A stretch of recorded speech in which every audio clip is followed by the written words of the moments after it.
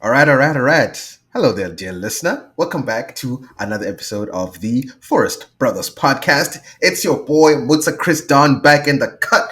Back again with my two brothers, Ngomez Lunkosi and the boy, Mr. Sampson.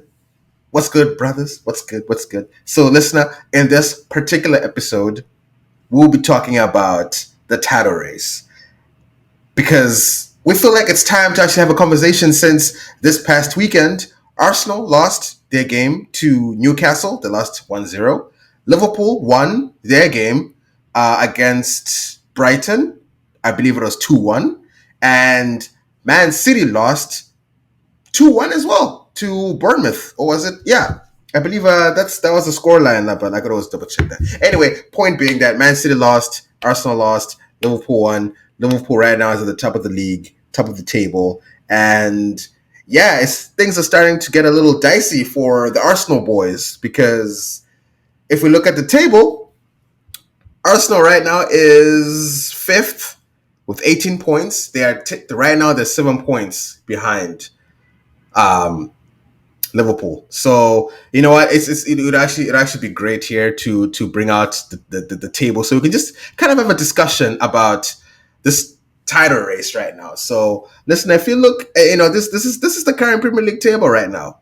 So yeah, as I said, Arsenal right now is fifth, as you can see, 18 points. Liverpool is first, 25 points, and yeah. So actually, I was gonna let me throw it to the boy Samson because I actually want to hear what you think or how you feel about how the title race is shaping up, especially from an Arsenal perspective, since you guys lost to Newcastle this weekend. What is going on, man? Is Arteta finally losing the juice? Is he tired? Like, what is it? What's happening there at Arsenal? Because if we look at your last three games, you've lost one, drew one, lost one. That's not a stellar 3 games you've had.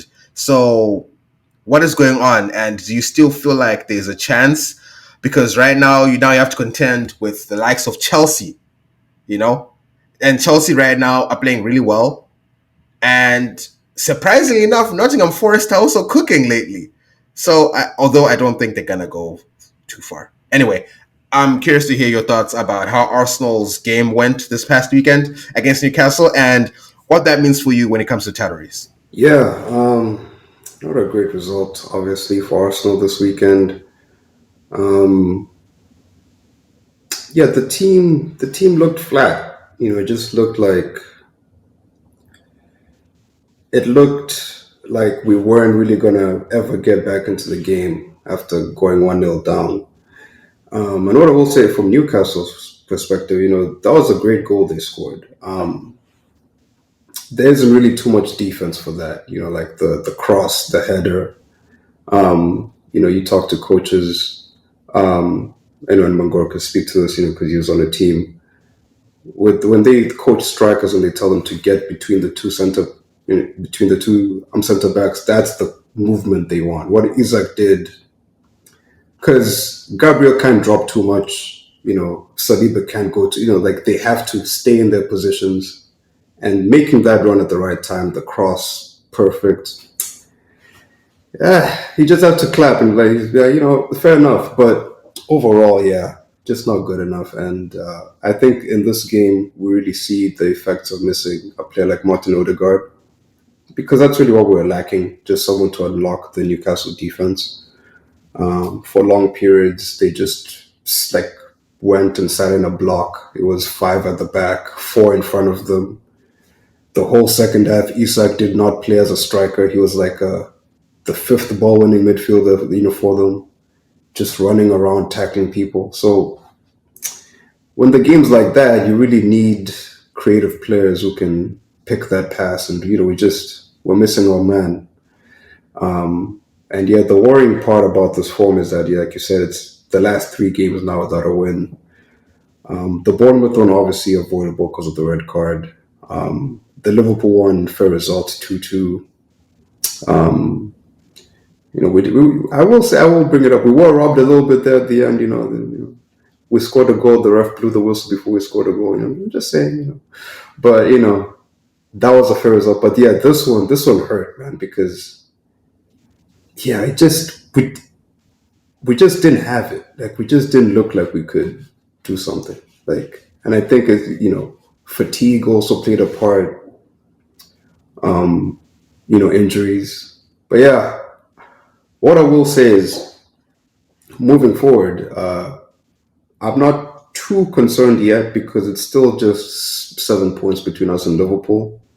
And Liverpool have, just a crazy schedule coming up. So obviously we're going to be relying on them to drop points, but yeah, I don't think they are, unbeatable. I don't think like they haven't shown us yet that they're unbeatable. So I would have been more concerned if it was Man City at the top because they've shown us for multiple years now that they can go like 20 games without losing a game. So for now, it's still like there's still hope, but yeah, it's definitely concerning times. Yeah. How about you, Mubarak? I've heard a stat. I've heard a stat that once a team, no team has won the Premier League after being like 7 or 8 points behind the top team. Like I think I heard someone say that somewhere that it actually hasn't happened before. Like if you drop that much, like to climb that difference and to actually win. But I feel like some people just throw out numbers these days, and who knows whether they're true or not. I'm just saying that I heard a commentator say that during the game or something like that. So I don't know. I guess it now begs the question, like, if you're to put it in percentage terms, Samson, how much more do you think that Arsenal, like, what percentage of a chance do you think Arsenal have in terms of winning the league? Because actually, right now, even top four, if we look at Arsenal's next game, you're playing Chelsea, and Chelsea's right there with you, same points. So Chelsea want this just as much as you guys. And right now, I feel like Chelsea are in a much better place than Arsenal is because Chelsea doesn't have the injuries. Right now, Palmer's flying, Jackson is scoring goals. Today was a tough game. They didn't even lose against Man United. It was a bit of a tough game. They should have won it, to be honest, but we'll hear more about that from Angoro, our Chelsea fan. I'm sure he has more insight as to what happened today and why they couldn't put Manchester United away. But yeah, I'm curious, like, what percentage of a winning chance you really believe this time around? Like, is your hope right now less than what it's been the last 2 seasons, or is are your title dreams complete, cooked? They're done. What's your take on that? No, not yet. Again, I'd say, I mean, percentage wise, I mean, damn. I don't think any team has a percentage that's over 50%. Let me say that. And I would still put Arsenal at like 40%. And I'd put like Man City, Liverpool in the 30s, high 30s. And actually, Arsenal, City, high 30s, Liverpool probably right behind them because, again, I think Liverpool still have to prove to us that they are capable of maintaining the challenge all year. So yeah, but I will say I have more faith in Arsenal currently because Man City are not going to have Rodri for the whole year, and Man City can't seem to keep a clean sheet when Rodri's not playing a game. So I feel like that, and the fact that Haaland hasn't been firing as much, De Bruyne has been in and out of the team, lacking fitness. Foden's been in and out of the team. I that I'd say they have more question marks about their key players than we do. Because right now we're just missing Odegaard. We still have Saka, Saliba's back, still have Gabriel, Rice still in the team. Like yes, we've had a rough patch, but I do still think we can turn it around. But yeah, it's a little concerning because I mean, obviously, like when you don't win, like you can't pretend like everything's fine. But uh, I'm not ready to give up hope because of 7 points. Because last season, I feel like we were in a similar situation. I think around December time where Liverpool were top, Man City and Arsenal were chasing them, and people were asking the questions then, like, "Yo, is this too many points?" And then we beat Liverpool in January, and then like we just turned it around. Then it became a two-horse race all of a sudden. So yeah, I'm not convinced it's over. I'm still waiting. I want to wait and see where we're at in like January, December time before I can definitively say it's over. Yeah. Okay. Yeah, and we'll definitely look at the next fixture list until December and see who has the easier teams to face and who has the harder teams. But Mr. Mangoro, like, how do you see this title race shaping up? Right now, if we look at Liverpool's form, they have won 4 games and drew one. They're on fire right now. And we look at City, drew one, win three, lose one. So, and if we look at as well, like, I know Liverpool's next few games are difficult. Man City's are a little bit better, but we've also seen the form that Man City are in right now. Let's actually talk a little bit more about Man City, as Samson was alluding to about the injuries. What is going wrong over there? Because they also lost to Spurs midweek. Everyone was saying we'll lose, but Pep also did play a bunch of kids in that game, and yeah, they couldn't live up to the occasion. Maybe he just doesn't care about Carabao, but actually, my main question now to you, actually, Mangor, is what do you think Pep's motivator is this season? He did do a four-peat last year. He's won everything that can be won, essentially. What now could he? Is he just trying to do it again? Because I think the main objective last time was to because Man United only won three, and they've done it. The only team that did a three-peat, and they've done better than that. So is it now like, oh, let's aim for the five-peat, or I don't know? But I'm kind of curious what you think, if Pep has anything that's motivating him right now, or if he's just kind of going through the motions. Over to you, Magoro. Before I get into the City piece, I'd like to mention two things. I don't know. The Premier League table, it looks like this. I don't mind it ending like this.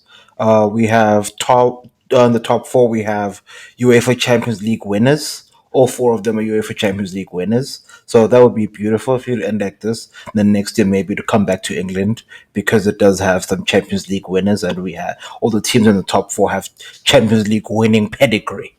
So I would Hey, like to Nottingham mention that. Forest is number 3. They have a Champions League. They have won the Champions League, yes, under Nigel O'Brien Clough. I forgot which one, but yeah, they are Champions League winners. Don't sleep on them, and Aston Villa as well. So those are some clubs you need to put some respect on their names.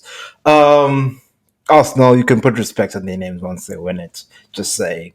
But just going back to the Arsenal game real quick before I touch on the City piece. Samson mentioned something important there with the goal that I think Newcastle scored.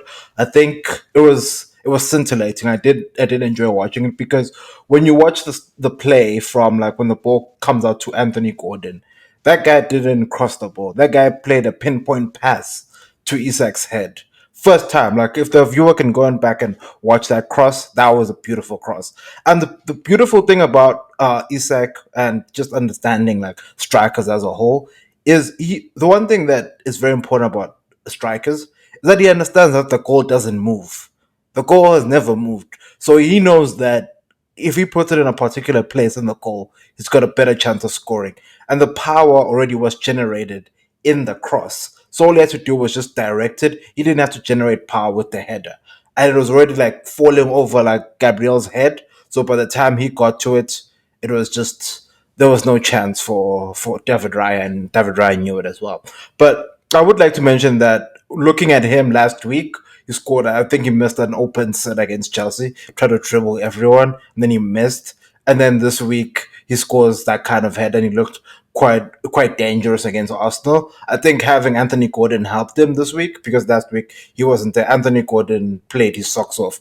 I remember there was even a chance where Jesus was about to score and he came back. And I think he did that thing like 3 or 4 times when Arsenal were about to take a shot and Anthony Gordon would take it. And some of the running he was doing, I think that guy is actually quite talented. I didn't rate him as much when he was at Everton, but he's got some talent there. But looking at City, I think they're an absolute disaster right now. They are showing us that they're an absolute disaster. Bournemouth could have won that game like 6-1, like or 6-0, like given how terrible they were at defending. Like I know that people talk about like their injuries. I heard that from the back four, none of them were match fit. I do understand that. But if you're not match fit, why would you play such a high line? Why would you play such a high line? Anton Semenyo was looking like prime Ronaldinho there out there.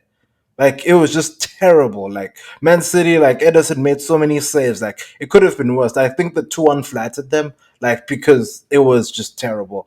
Foden, I think the award is getting the award got to his head. Last season's award, like some of the stuff he was doing in that game, like just garbage, like absolute garbage. Some of the shots, like honestly, he was terrible. Another one, I still don't understand what he does is Bernardo Silva. Maybe the listeners can tell me in the comment that Bernardo Silva does on the soccer field. Does he score goals? Does he defend? What does he do? Haaland, no comment on him. He just scores goals. If you don't give him supply, like I don't blame Haaland as much because if he doesn't get supply, the scraps that he has to deal with is just it's just too much. But yeah, City look all over the place, and maybe I think Pep is looking at the fact that it doesn't matter how you start; what matters is how you finish. And for them, I think they maybe are looking at the second half of the season.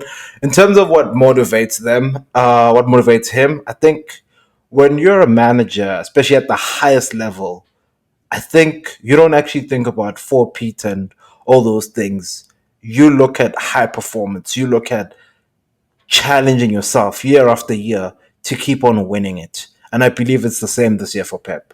I think that's the most important thing. And the other thing is for him, this guy could have retired long ago. This guy won trebles everywhere he's been. I dominated at Bayern, dominated at Barca. Used to hit Madrid 5-0, like 5-0. Like, who came to England, destroyed United. Like, so it's honestly like, and he's won like so many trophies. Like, the Premier League, like, the sad reality of it is the Farmers League. Like, with City. Like it's the Farmers League. We have to call it the Farmers League. Like there's no way. Like we can't say that they've won all the leagues from the last I don't know how many years. The only time they didn't win was when Liverpool won in 2020. But all the other years they've literally dominated and like people have pushed them, but they've gotten over there, over the bar. So I think for him, like what motivates him is the same thing that motivated when he first joined City, was just to win the Premier League title. There's a lot of talk that this could be his last year, so maybe if he goes out on a high with winning the Premier League, maybe one of the cups and the Champions League is the holy grail for Man City. So I think maybe another treble, then he bows out like that. That's something that motivates him because when you look at the team currently, like it doesn't look like a championship winning team. But once the new year, I don't know what happens there at Man City over the December January period. I don't know what kind of injections they get there from the medics, but like no man, what they do in the second half of the season is truly astonishing. And maybe they'll do it this year, maybe they won't. But for him, I'd say what motivates the team and him the most is just to keep on winning, just to keep on winning. Because maybe one day when he retires, you'll look back at the records and say, I actually went to the English Premier League, the league that everyone called the hardest league in the world, and I made it a farmers league.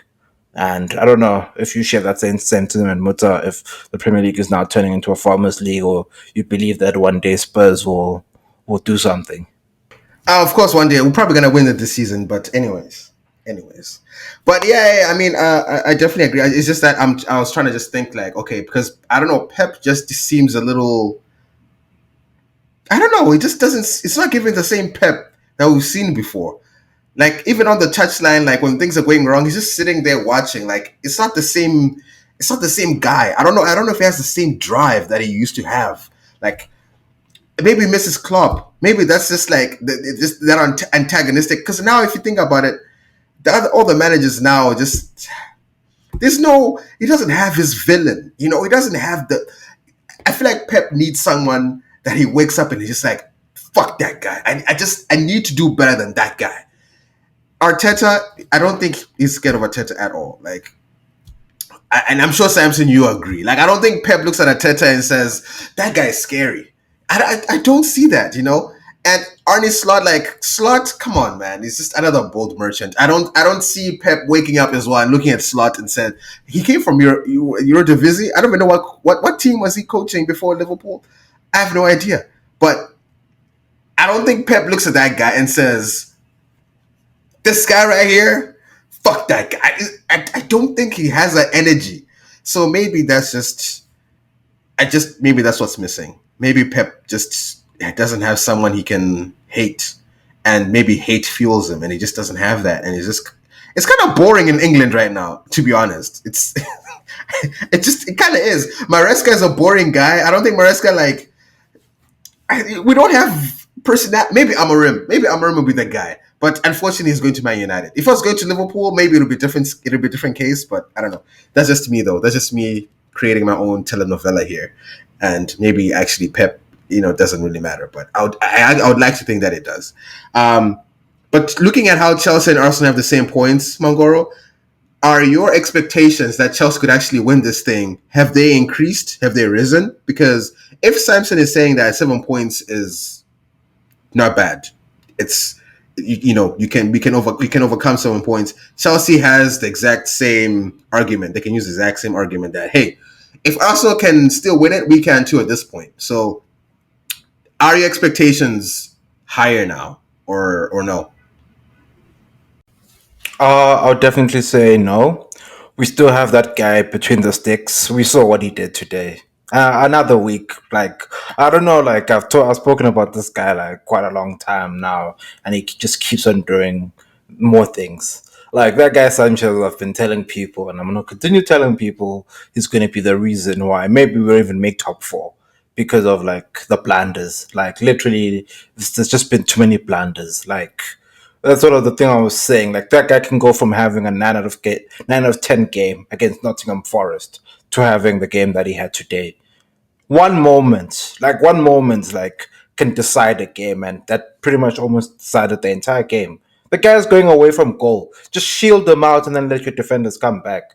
But then he decides, no, I'll go take him out. And then one thing that frustrates me the most about like him and just generally like some of these players in the Premier League like is the when they give the penalty and like or some of these tackles where they complain and say I didn't touch him. When you watch the replay and you're like, yo, bruh, you literally just took that all out. Like I don't know that is absolutely garbage. Like across the entire Premier League and not just Chelsea as a whole, but like every single team. Like when you've made contact, you've made contact. Just move on. They called the foul. But then for them, it's like, oh, I didn't touch him. Like literally, I saw Sanchez say, oh, I didn't touch him. And you watch the replay and you see both these hands hit his foot. And I'm like, yo, fam, and he's there complaining, saying, check the replay, check VR. I'm like, there's nothing to be checked there. You literally just took that all out. You didn't touch the ball, nothing. So for me, like, I think Sanchez, like, I have no, like, I think for me, it's just the next game, honestly. Like, that guy Sanchez is just going to continue doing what he's doing. I think until Maresca realizes that something has to be done here. I said this last summer that something had to be done about Sanchez. They did bring in Jorgensen, but it seems like you only trust him in the cups. So all in all, maybe Arsenal. I'd say Arsenal in a better position. Chelsea are what they are. Like some of the stuff that the players were doing as well. Like just looking at today's game, just very very interesting. Like I think some players just need to be dropped because like when you look at like someone like Noni Madueke, like today he had an atrocious game, in my opinion. Like he was garbage, like absolute garbage. Like he wasn't the Noni. Like, and I don't know. I think this season, the fact that they've put trust in him and they've given him opportunities, he's just been so up and down. Like he can go from scoring a hat trick against Wolves, and then not scoring. I think he scored one goal after that. He scored 4 goals this season and he scored two. It's scored them in 2 games against Forest and Wolves. Like he hasn't scored anything, and even the time when he's supposed to assist, he's not doing the right thing. So there's just so many inconsistent players across the Chelsea team, and Maresca has also started experimenting in weird ways, playing 2 right backs. I don't understand that. It's just not good enough. But there's just so many things that I think maybe we need to look at. Jackson, you saw him today, did absolutely nothing. All he was doing was trying to beat Bruno. But he's not in the game. Like in terms of chances, like when we got to the byline or we got anywhere, he wasn't doing and like he was not doing anything. Jackson, like in terms of like just trying to be at the front post or trying to win a header, and like the corners at Chelsea are pretty atrocious. I don't know what that guy Brandon Cuevas is doing at Chelsea, like in terms of like as a set piece coach, like every corner is just either we're not going to be defending because the team is on the counter, or we're going to foul someone, or they're going to clear it. I haven't seen a corner from Chelsea this year where we've put it in and we've beat the first man and someone has headed it on goal. Because even like when you saw the Noni Madueke header, like he was even surprised he got to head that. It's like, oh, I'm here, let me head it. Then he hit the post and he's like, oh. But those are the kinds of things that you see, like it's not expected. So you ask yourself what's going on. So there's certainly a lot of things that Chelsea need to fix if they want to take themselves seriously. Right now, they continue to look quite terrible, especially with Sanchez in goal. I think the Sanchez thing is going to be another discussion we're going to continue to have. I think we should have a dedicated segment every week now, because I can safely say next week against Arsenal, it's going to have another blunder. That is guaranteed. He's going to have a blunder. Like, and it's going to be like, it's just him, and Maresca's going to keep on playing him. So it's just interesting to see. I think, in my opinion, I think Arsenal are in a better position. Like some of the stuff that some of these Chelsea players are doing, like is very interesting. Like from a good perspective and a terrible perspective. But I do also want to mention referees again. I think it's high time we do mention it, so you can maybe bring up the image. There was a certain incident in that Chelsea game where a certain Cole Palmer, the coldest man on the planet, hit Lisandro Martinez with a skill back in our time. We used to call it the Scooby Doo. So the Scooby Doo was something else, something to behold there. Like Martinez, I saw him there doing the splits, but before he did the splits, he literally tackled the man's knee. Like he tackled the man's knee and there was no red card. The fourth official, I think he should maybe look himself in the mirror and ask himself if he's doing the right job, because you can clearly see here in this image that the man is tackling his knee. This is the most dangerous player in the league, and this is what you do. Like, come on, man. Like, you could take him out. Like, he could be out for the whole season. I'm shocked that Palmer's actually never picked up injuries with the way people tackle him. Because that you can clearly see it's a clear red. And then Ruud van Nistelrooy comes out and says it's not a red. That's why he's not employed. That's why he's not a manager. She'll stay as an assistant. She'll go become a kid boy. Like, that was some very, very bad comments. So from him. But all in all, I think Chelsea are at a growing stage. Maybe it's just young players. But yeah, honestly, like, what do you boys make of this tackle? To me, I was livid. This was truly unacceptable. And for a manager to come out and say, this is okay, this is just not okay. Maybe that's why Manchester United 14th. They deserve to be there after those comments by Ruud van Nistelrooy. I'll hand it over to you, Samson. Yeah, this is where I feel like the Premier League could take a lesson from American leagues like the NBA, where yes, the game is over, but you can go back and you can look at Lisandro Martinez. This is not the first time this season that he's done something like this, where it's stupid. Like, at what point do you need to do this? Like, at what point is this going to help you win the ball back? Like, this is never going to help you win the ball. But he does tackles like this over and over again. And I think at some point, the league just has to look at him and say, yo, we have some of the most talented players in the world here. As a product, we want Cole Palmer to be playing 38 games in the season. You want to shorten his career. How should we keep letting you play? Like, no one's coming to see you. Like, who's coming to see the butcher? Like, seriously. People want to see the best players. People want to see the really talented attackers. And if you have this short man from Argentina just going around chopping people down every week, I mean, come on.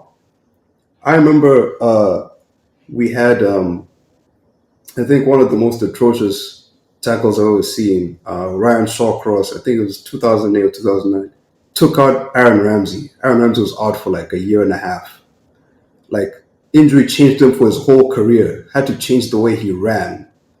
Like, that's the sort of thing a bad tackle can do. Like, you can ruin someone's career. So, like, I feel like it's not enough to just be like, oh, we missed it, or it wasn't that bad. I feel like you actually have, if you really care about players and their well-being, you have to sit this guy out. You have to tell him, yo, 5 games, you're out.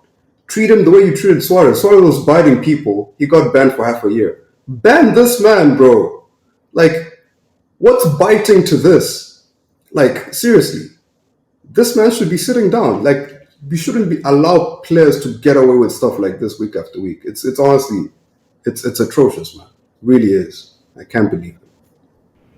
the the crazy thing is the ref saw this and was like, it's so I think in the moment, because I think this also happened pretty quickly, and the initial decision, I can understand why initially the ref was like, okay, yellow. But as they kept replaying those, they kept showing the replays from the different angles, the worse and worse it got. And VAR actually had a look. So I just wondered, like, okay, VAR, you looked at all the angles, you saw that Martinez was out there acting like a mafia member, taking those knees out, and you're like, okay, we support the yellow card. For me, it's like, how?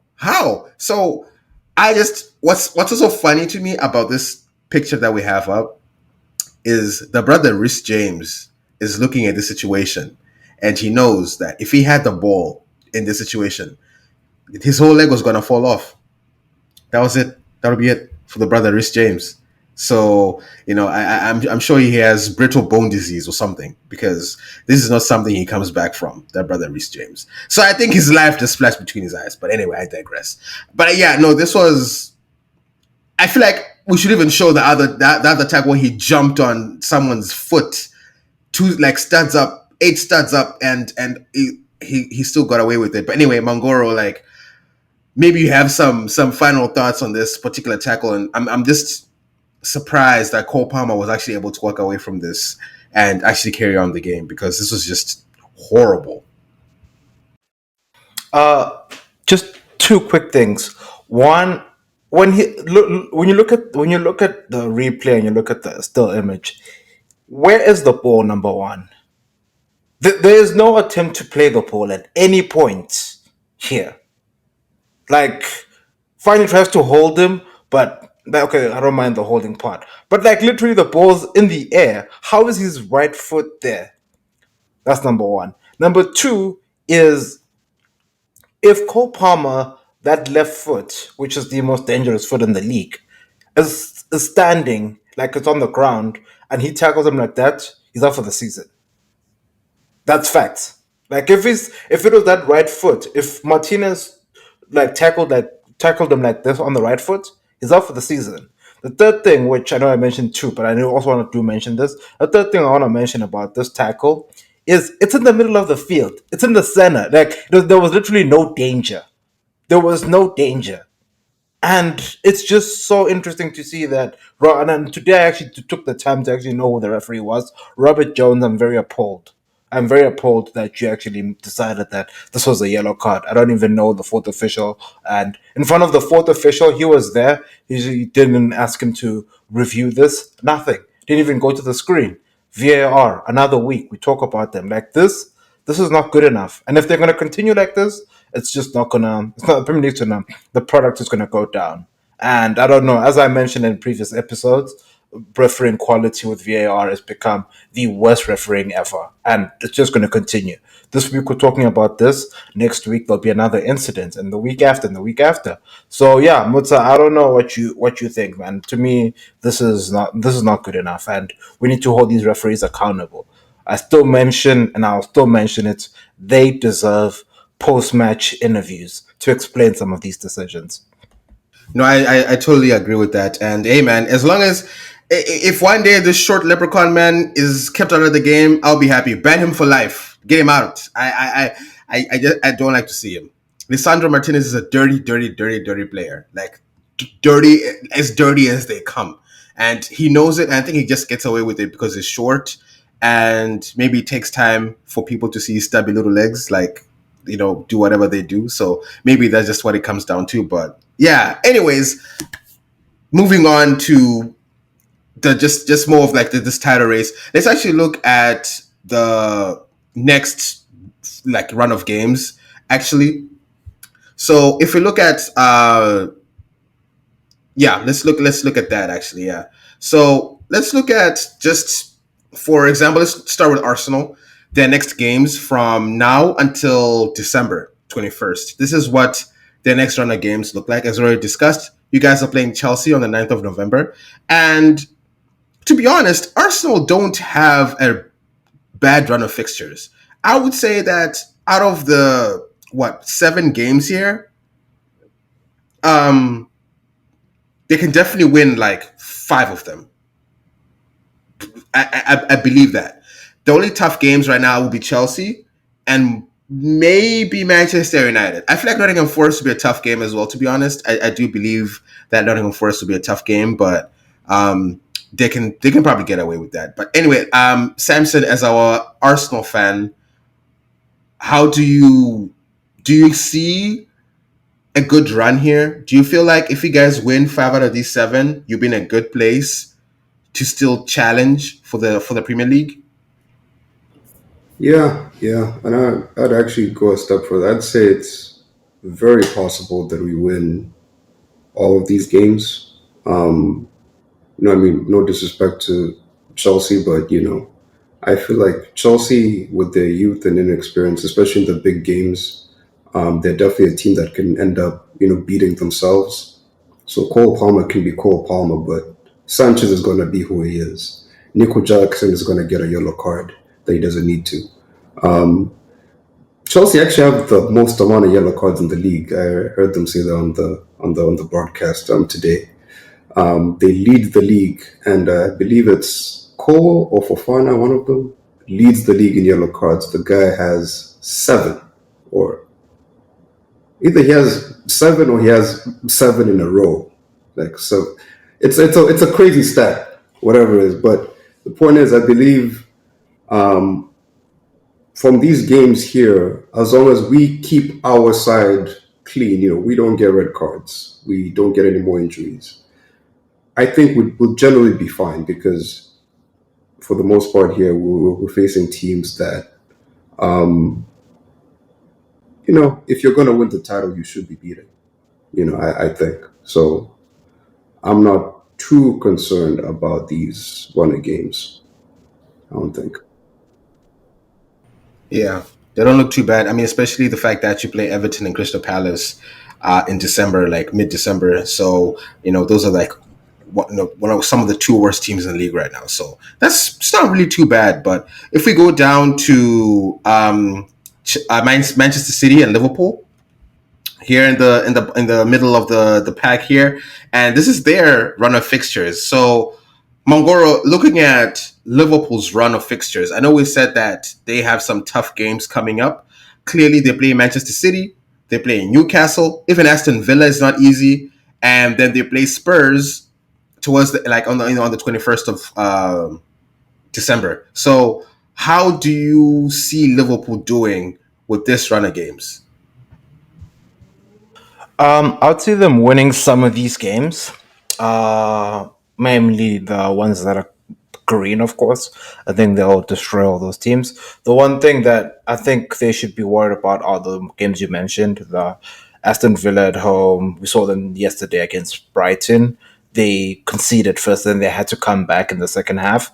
I don't know if they can do that the entire season. That's like the one thing I mentioned a lot about Liverpool winning the title is you can't be having those kinds of games every week where you have to go down first and then you come back. Like it looked so open that game. And then I think the biggest tests will definitely be Man City at home. We'll soon learn more about Arne Slot and if he's ready. We've seen Darwin Nunes play up front, absolute garbage. And then we saw Newcastle away, as Newcastle at home. They recently beat Arsenal. Like they are very hard to play against at home. I think they also drew against City at home, so that's not going to be a walk in the park. Spurs could go either way. We could see a different Spurs. So it's very hard to tell like what exactly is going to happen in these couple of games. But I do see them winning like 3 or 4 of these. But in terms of where they'll be like come the new year, I don't know if they'll be in the title race or they'll be in around. I believe they'll be in and around the top 4 because for them, I think this thing of them just always expecting to come back in games is just not great, and it's not gonna. This is not championship winning mentality. It's not gonna do. The player that you're thinking of there, Samson, is Wesley Fofana.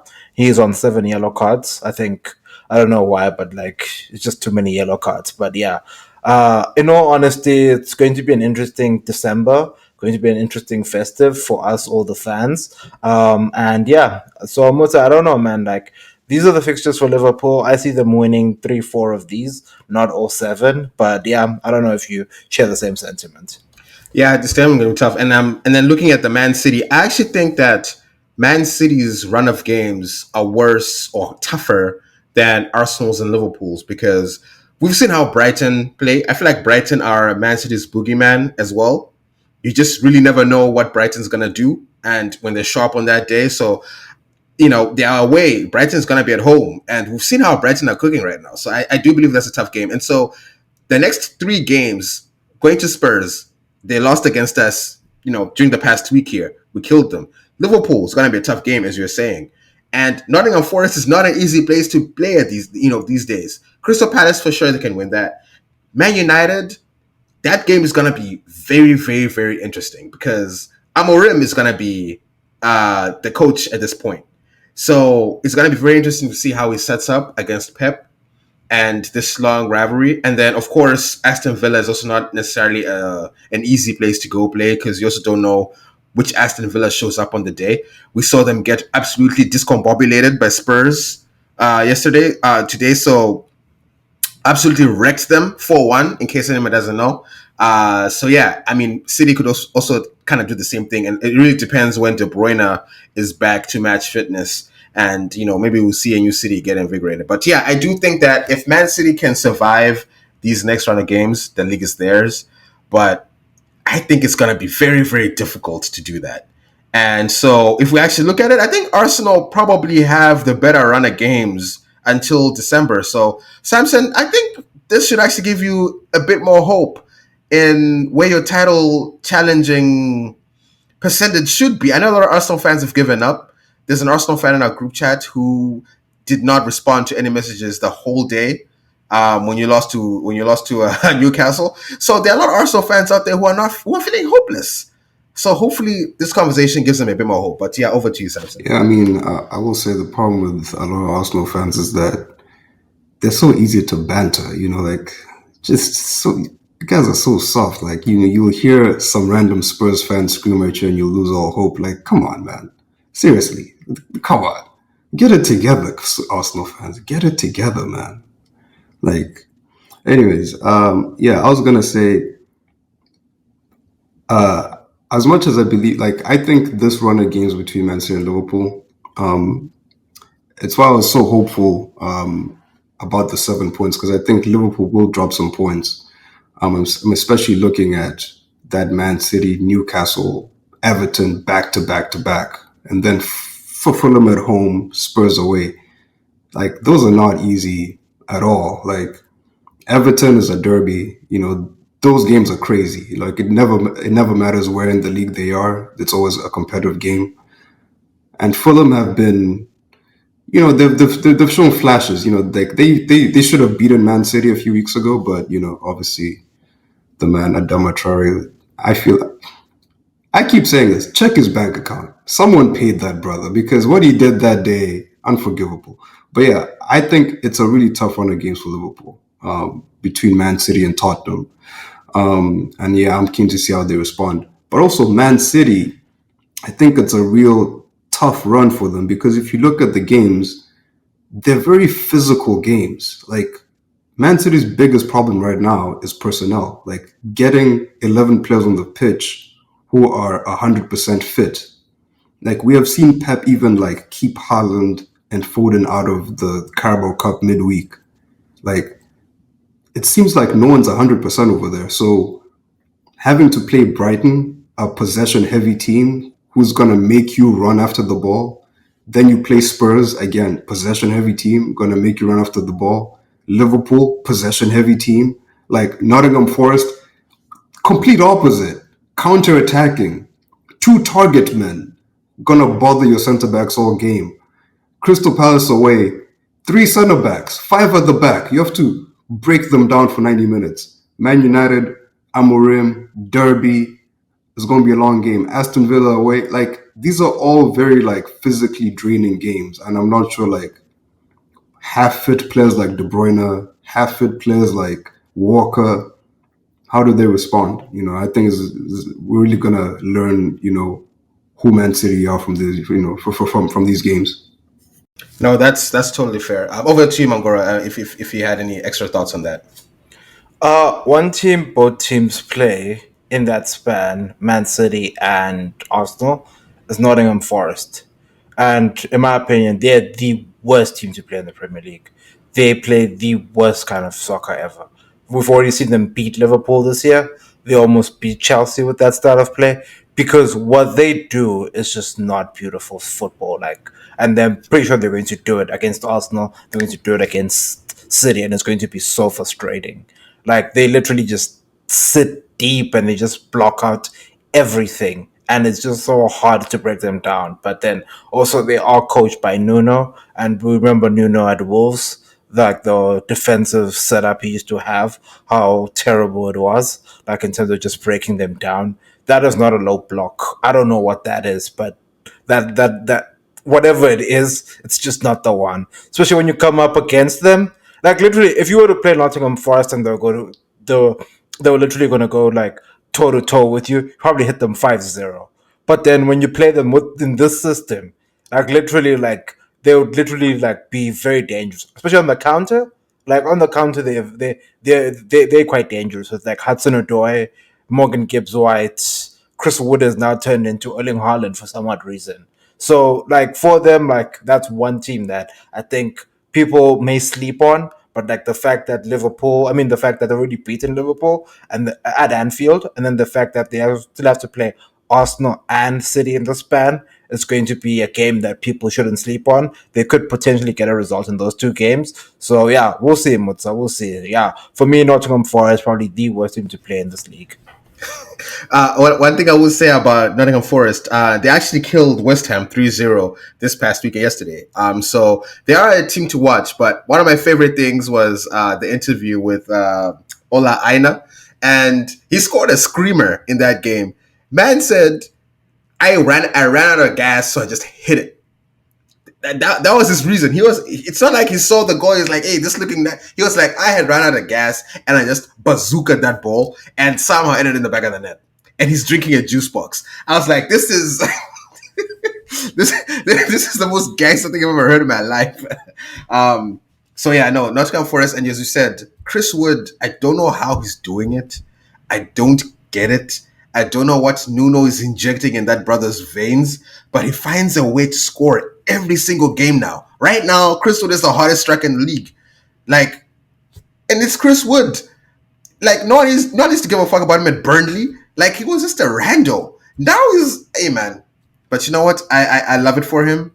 I think he's deserved his time in the sun. And yeah, may his shine keep on shining. I hope that Nottingham Forest gets somewhere. Like they made a lot of purchases 2 years ago and made a lot of fun of them, but it sounds like they finally got it right, and now things are working out for them. So hey, let's see where they end up. So yeah, I think that's listener. I think that's a good way to end our podcast here. I think hopefully this has given out a bit more information on what the title race kind of looks like right now. Very much, to be honest, boys, I like this. I think that there's no straight winner at this point in time. And it's really nice to see. It's really, really nice to see. I think there's a lot more competition now. A lot more teams are rising up. And like we said in previous pods, because of the crazy schedule, a lot of top teams are actually suffering. As you mentioned, Man City, half, maybe three quarters of their team are half fit because they're playing so many games back to back. So it gives a chance for players like Nottingham Forest to have a week off and then they come and play. Like, of course, they're going to have a lot of energy. So these things are starting to matter and starting to show up. So I'm also curious maybe at some point if coaches like Arteta and Pep start to complain about the schedule because they can see what it's doing to their team. But at the same time, no one's going to care because it's like, hey, if you want to compete for everything at a high level, this is the price you pay. So you do have to keep pushing. So I can see that getting shut down like that. But it sucks for us as viewers as well because, I don't know, it's good and bad. It's good and bad. But anyway, that's it from me. We will close off the podcast. Samson, any closing remarks? And over to Sam and over to Mangora, and then we'll finish off the pod. Yeah, once again, dear listener, Thank you for hanging out with the Forest Brothers podcast. And yeah, just a final word. Yeah, my Arsenal fans, man, y'all gotta grow a backbone, man. Like seriously, you gotta grow a freaking backbone, man. Like every loss is like it's the end of the world, man. I feel like these are the demons of Arsenal fan TV. Like these are the demons that Robbie and that are the roadman. Like this is what they cooked up all those years.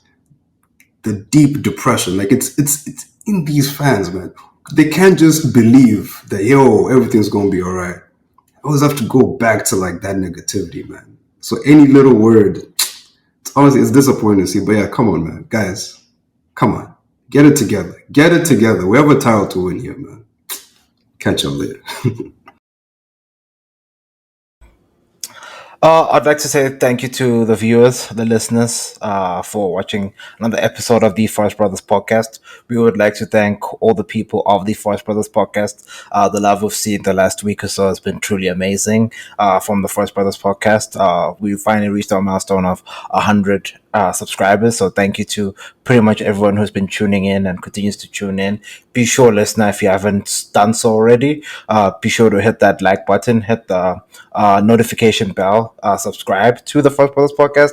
Would like to be with you for the rest of the season. We're bringing more content. We're not stopping. This is just the beginning, listener. So yeah, would like to thank you for that. And certainly, like to all my Chelsea supporters, tune into the Forest Brothers podcast. We'll get it raw and uncut. You get the truth about Chelsea and all the right things we do and all the wrong things we do. I'll let y'all know. So yeah, be sure to tune into the Forest Brothers podcast. And yeah, from my side, I'd like to say thank you, fans. Thank you to all our viewers and all our subscribers and to everyone who continues to help us grow this thing. And yeah, thank you to everyone who supports the Forest Brothers podcast. Indeed, road to 200 subscribers. Get us there, listener.